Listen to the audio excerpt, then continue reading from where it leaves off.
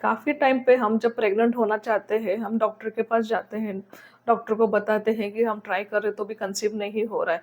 तब डॉक्टर आपको बताते हैं कि आपको फॉलिकुलर स्टडी करना पड़ेगा। तो ये फॉलिकुलर स्टडी क्या होता है? कैसे किया जाता है? क्यों करते हैं? इसके बारे में हम लोग आज डिटेल में बात करेंगे। Hello, I am doctor Sunita Lodha, fertility and reproductive specialist and practising gynaecologist since last 25 years.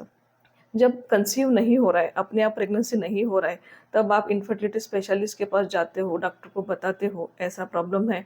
Doctor आपके ब्लड टेस्ट करता है, उसके बाद में बताते हैं कि आपको फॉलिकुलर स्टडी करना पड़ेगा। तो फॉलिकुलर स्टडी क्या होता है? फॉलिकुलर स्टडी मतलब जिसमें फॉलिकल को स्टडी किया जाता है। फॉलिकल कैसा बढ़ रहा है, कितने साइज में बढ़ रहा है, कितना दिन लग रहा है, उसका ग्रोथ एडिक्वेट है क्या नहीं, ये हम लोग स्टडी करते हैं। इसलिए उसको फॉलिकुलर स्टडी कहते हैं। जो हम लोग स्कैनिंग में मेजरमेंट करते हैं वो फॉलिकल का मेजरमेंट करते हैं, न कि एग का। तो ये फॉलिकल क्या होता है? फॉलिकल एक फ्लूइड फील्ड सैक रहता है जिसके अंदर एग अंदर रहता है। ये एग इतना छोटा रहता है, इतना सूक्ष्म रहता है, उसका साइज 120 माइक्रोन्स जितना रहता है, जो नॉर्मल आंख से नहीं दिखता है। तो हम लोग स्कैनिंग में खाली फॉलिकल को ही देखते हैं, हम एग को नहीं देख सकते। तो ये फॉलिकल का हम लोग स्कैनिंग में मेजरमेंट लेते हैं। अभी आपको नॉर्मल फीमेल के रिप्रोडक्टिव सिस्टम कैसा रहता है आपको जस्ट शॉर्ट में समझाते हैं। औरत के शरीर में एक यूट्रस रहता है, 2 बाजू में 2 ट्यूब रहते हैं और 2 अंडाशय, 2 ओवरी रहते हैं दोनों साइड में। ये अंडाशय में, ओवरी में छोटे-छोटे एग्स रहते हैं। जब मेंसेस के बाद में ये एग्स बढ़ना स्टार्ट हो जाता है। बढ़ते-बढ़ते 7-8 दिन तक एकाधा फॉलिकल उसके अंदर डोमिनेंट हो जाता है।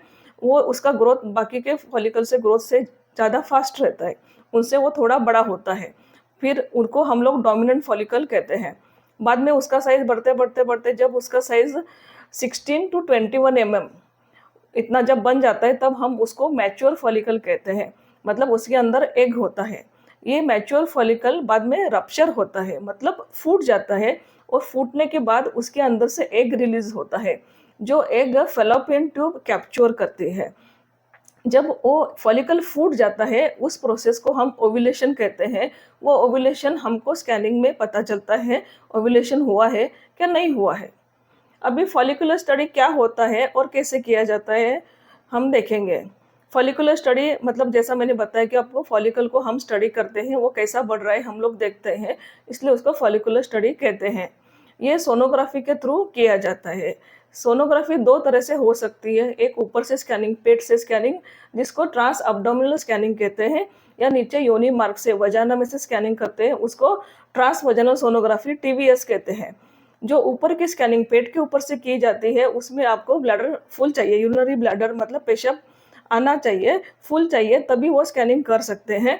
लेकिन जो ऊपर से की वाली स्कैनिंग वो इतना एक्यूरेट नहीं होती है। तो जनरली फॉलिकुलर स्टडी में हम योनि मार्ग से की वाली स्कैनिंग, जिसको टीवीएस कहते हैं, वही प्रेफर करते हैं।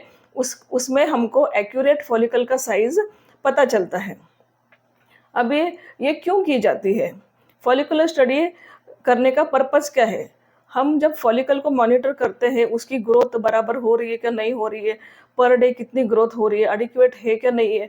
अगर उसकी ग्रोथ सही तरह से नहीं चल रही है तो उसके लिए हम लोग इंजेक्शंस दे सकते हैं। अगर कहीं ज़्यादा तो ग्रोथ नहीं हो रही है, ज़्यादा फॉलिकल्स तो नहीं बन रहे, ये सब चीज़ हमको पता चलती है। साथ ही साथ में हमको एंडोमेट्रियम मतलब बच्चेदानी के अंदर की जो परत रहती है, वो बराबर है क्या नहीं, वो भी पता चलता है। और साथ में यूट्रस, जिस बच्चेदानी, उसको कोई गांठ है, फाइब्रॉइड है वगैरह, वो भी सब हमको पता चल सकती है। अब हम देखेंगे फॉलिकुलर स्टडी कैसे किया जाता है। जनरली पेशेंट को हम लोग डे 2 या डे 3, सेकंड डे और थर्ड डे ऑफ मेंसेस को बुलाया जाता है। पीरियड होने के बाद में सेकंड डे या थर्ड डे पेशेंट डॉक्टर के पास जाता है। डॉक्टर स्कैनिंग करता है, ट्रांसवैजानल सोनोग्राफी, नीचे से योनि मार्ग से स्कैनिंग करते हैं। इस स्कैनिंग को हम लोग बेसलाइन स्कैन कहते हैं। इस स्कैनिंग में हम लोग देखते हैं कि ओवरी साइलेंट है क्या नहीं, उसके अंदर पहले से कोई सिस्ट है क्या। अगर उसके अंदर पहले से कोई सिस्ट है तो हमको उसकी जानकारी होना ज़रूरी है। उसके हिसाब से हम इस पेशेंट को स्टिमुलेट करना कि नहीं डिसाइड करते हैं। बाद में इसके जब स्टडी शुरू हो जाती है, टैबलेट दी जाती है, बाद में हम लोग पेशेंट को फॉलो करते हैं। 7वें दिन से प्रॉपर फॉलिकुलर स्टडी चालू होती है। बाद में जनरली हम लोग पेशेंट को अल्टरनेट डे आने को कहते हैं। 7वें या 8वें दिन तक 1 या 2 फॉलिकल डोमिनेंट होना स्टार्ट हो जाता है। जब 1 फॉलिकल या 2 फॉलिकल आगे आना स्टार्ट हो जाते हैं, तो बाकी के फॉलिकल जनरली ऑटोमेटिकली छोटे हो जाते हैं।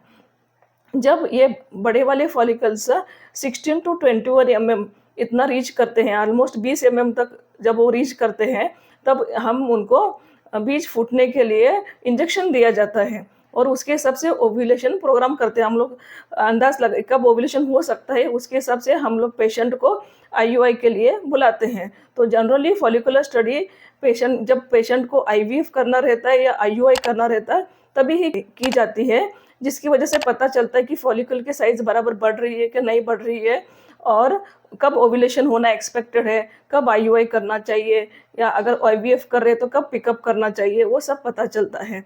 तो इसलिए फॉलिकुलर स्टडी टाइमिंग के लिए, correct time of ovulation find out करने के लिए बहुत ही इम्पोर्टेंट चीज़ है।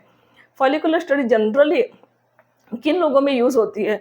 It is more useful in patients जो जैसे कि पीसीओडी है, जिनका पीरियड्स इर्रेगुलर है, जिनको कब ओव्यूलेशन होता है वो पिन पॉइंट करना बहुत मुश्किल है, डिफ़िकल्ट है। बाकी तो सब ठीक है, लेकिन अगर ओव्यूलेशन उनका टाइमिंग करेक्ट नहीं हो रहा है तो वो कंसीव होने में दिक्कत हो सकती है। तो वो केसेस में फॉलिकुलर स्टडी काफ़ी हेल्पफुल हो सकती है। तो आज हमने इस वीडियो में फॉलिकुलर स्टडी क्या होती है, कैसे की जाती है और क्यों करते हैं, इसके बारे में डिटेल में जाना।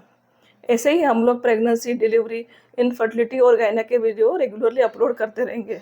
आप उनको ज़रूर देखिए। आपको अच्छा लगा तो लाइक, शेयर, सब्सक्राइब कीजिए। Thank you.